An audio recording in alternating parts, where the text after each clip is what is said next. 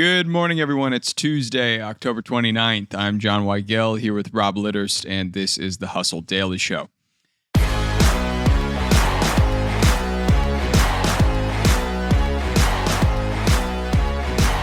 Many Americans, around 42% of them that is, aren't interested in climbing the corporate ladder anymore. What used to be the American dream, going from intern to assistant to analyst all the way up to VP, isn't really hitting the same anymore, especially in younger generations.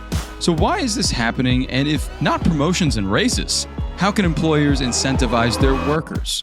We'll get to that in a bit, but first let's give you the hits and headlines in business and tech. To start us off today, Boeing is looking for some cash, $19 billion in cash, that is. The company, plagued with financial issues, delivery delays, and work stoppages as of late, is looking to accumulate this amount by selling tons of stock. Next, after a disastrous E.coli outbreak loosely linked back to onions in Big Macs, McDonald's is lifting its pause on Big Mac sales at about 1/5 of its U.S. locations. These 900 locations received onions from the Taylor Farms Colorado Springs facility in question and will now serve Big Macs again, just without the onions. What do you make of all this, Rob? This is wild. It really reminds me a lot of the Chipotle outbreak years ago. Oh, yeah. But I just remember this quote from Charlie Munger, rest in peace, Warren Buffett's longtime partner. He said something about if you're in the food business, then your number one priority needs to be hygiene, right? Like making sure that your food is healthy and clean. Yeah. It's literally like priority number one. Yep. I think the thing that McDonald's can kind of take solace in, though, is like Chipotle has had a great recovery since then, and they've grown like crazy since that outbreak happened. So I think McDonald's will eventually be fine, but it's obviously one of those things that can really throw a wrench in the business. Yeah, it's a hit, but that Chipotle one that you're mentioning happened in 2015 with E. coli, and it also happened to Taco Bell in 2006. Wow. And both of those companies, Taco Bell especially, has completely just shot over the moon since 2006. So they seem to have both done quite well, but yeah, it is a bit of a hiccup, and I think for the next year you're going to be hearing about it, but maybe after the news cycle passes, McDonald's is going to get back to it. Totally. Okay, from there, we go to Volkswagen. The work council of the German automaker Volkswagen is saying that the company is set to shut down a minimum of 3 of its German factories, downsize its leftover plants, lay off tens of thousands of employees, and for the employees that are left, administer 10% in pay cuts. From there, we jump to JP Morgan. JP Morgan is getting concerned about the U.S. water supply, like I am as well. The company published a report outlining a cocktail of climate change and the enormous amount of water it takes to cool AI data centers as issues that could reach a level of significance that impacts corporate valuations. That's a direct quote. And finally, if you're an avid X user, your day just got a little bit better or weirder. The Elon Musk-owned platform now offers image understanding capabilities thanks to its AI bot Gronk. I will enjoy feeding you the most incoherent memes I can find. What do you think about this, Rob? So I do not know as much about XAI as I wish I did, but the one podcast that I listened to about XAI was Patrick O'Shaughnessy's Invest Like the Best with this guy, Gavin Baker, who's a tech investor, and he's super, super deep in AI and AI infrastructure, data clouds, all of that sort of stuff. And he has this take that XAI is just an absolutely genius move. I think his point is that they're kind of building their own cluster, and it's going to end up being a lot cheaper for them in the long run, even if it's super expensive for them to build this up right now.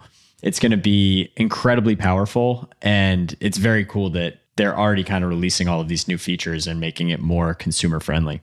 Yeah, and they just had their B funding round back in May for, I think, $6 billion they got. So, I mean, they're onto something here, as is everybody who is investing at all into AI. But what they have is like a complete data pool available to them at any point through just X, the platform itself. So, I mean, it's a big head start there. It's crazy. Yeah, for sure.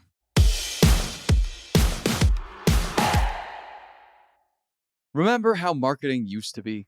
Content was simpler to create, leads were easier to capture, and we weren't all spread so thin. Bottom line, marketing used to be fun. But with HubSpot's newly launched marketing and content hubs, you'll generate better content, more leads, and next-level results so marketing can be fun again. With tools like Content Remix to turn existing assets into all new pieces in just a click, lead scoring to shine a light on the leads most likely to purchase, and analytics suite to tackle out-of-the-box reports and KPIs with a goldmine of AI-powered insights. It's quick to get you results. It's easy to use. It connects all your teams and data. So put the fun back in your marketing funnel with HubSpot. Visit HubSpot.com to get started for free.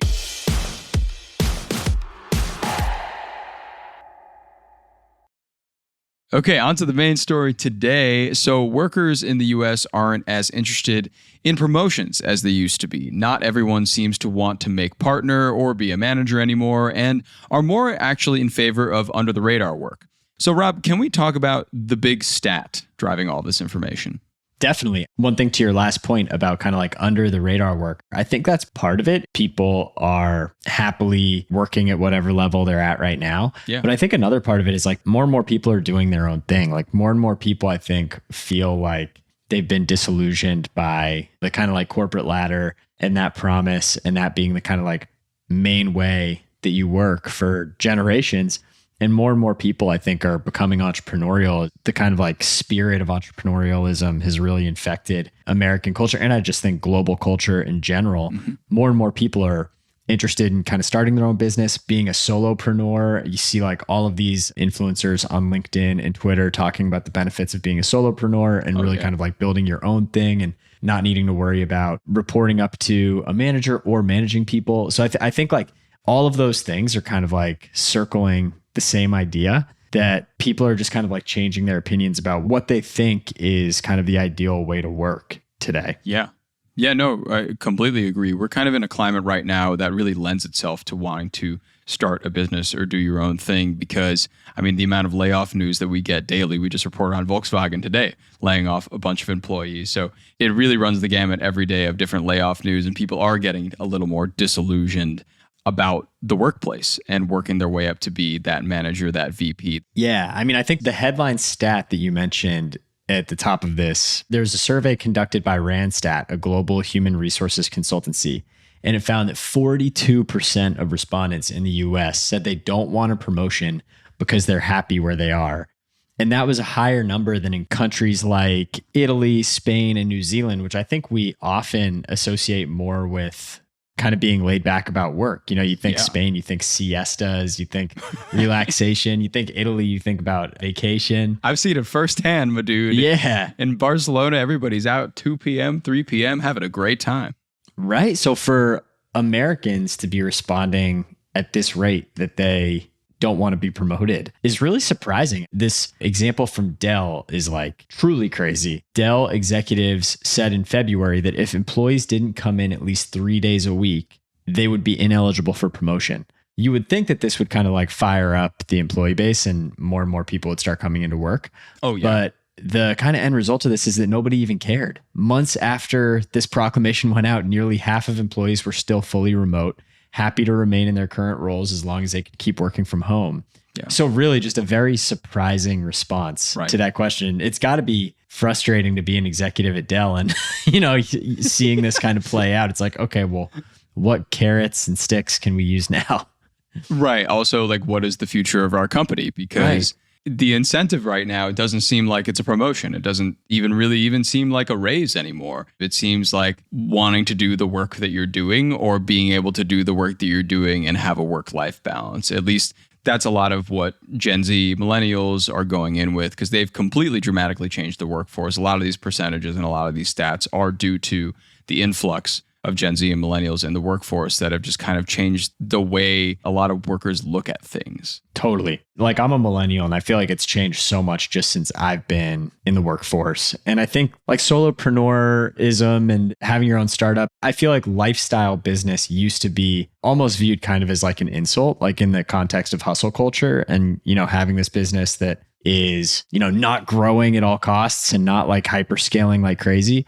But I think this idea of kind of like designing your life around work in a way that fits your lifestyle rather than kind of working the conventional 9 to 5 and fitting your personal life around that has become way more appealing to people. You're seeing that obviously with remote work. You're seeing that trend a lot with the 4-day work weeks that have been rolled out across the world in a bunch of different companies. Yeah, definitely. And these younger generations are enjoying things like that. Like in this Randstad survey that we brought up earlier, Gen Z respondents, those on the lowest rungs of the corporate ladder, earning the lowest amount of salary, were more likely than millennials or Gen X to agree with the statement, quote, "I don't want career progression." Yeah. It's just so interesting. And, I spanned a couple different surveys just to see the corroboration of information.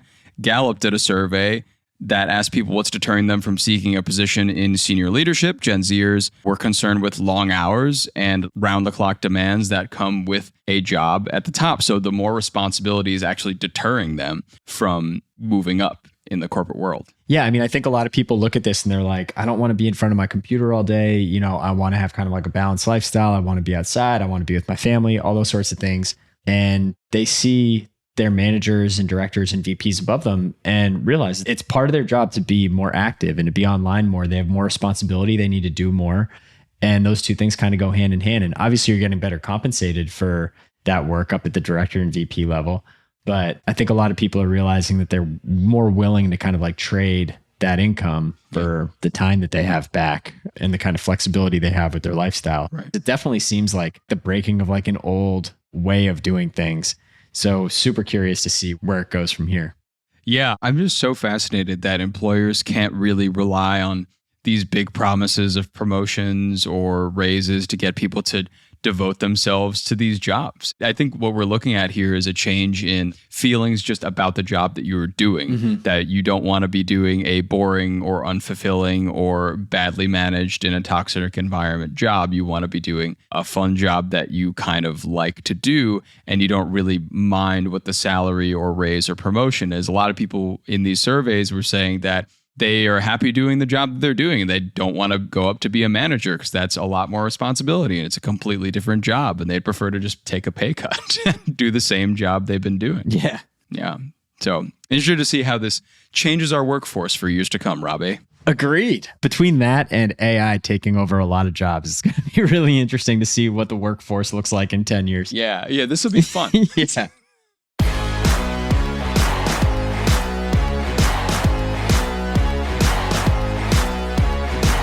All right, and that'll do it for us today, everybody. Thanks for tuning into the Hustle Daily Show. We're a proud part of the HubSpot Podcast Network. Our editor today is Robert Hartwig, and our executive producer is Darren Clark. We've got a ton more tech and business coverage in our newsletter. If you're not subscribed, go get yourself signed up to hustle.co/email. Throw us a follow on Instagram at The Hustle Daily, and we'll see you tomorrow.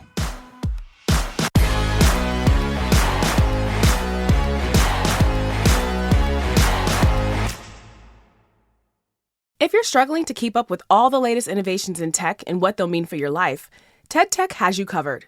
Get ahead of the curve with digestible downloads on some of the biggest ideas in technology, from AI and virtual reality to clean tech. Find TED Tech wherever you get your podcasts. Hey, what's up, everybody? I've been listening to this awesome podcast lately. It's called Hustle and Flowchart, hosted by Joe Fear, and it's brought to you by the HubSpot Podcast Network, the audio destination for business professionals. The Hustle and Flowchart podcast with Joe Fear is all about how to build a business so it gives you the freedom and fuel for your life. You can join Joe as he discusses systems, mindset tweaks, reframes, and strategies for entrepreneurs and really anyone, to be honest, to enjoy the process of being in business and also having fun. This isn't just for the entrepreneur looking to make $1 billion business, but it's also for somebody who's looking to build systems that work for you so you can make more money than you need just by working part-time, essentially. I was actually just listening to an episode he had on Kareen Walsh behind the app Hey Kareen, and Kareen talked a lot about how to scale your business effectively, especially if you're just a startup, especially if you are just an app startup specifically. It's an awesome episode. I would recommend it to anyone. You could check them out, and you can listen to the Hustle and Flowchart wherever you get your podcasts.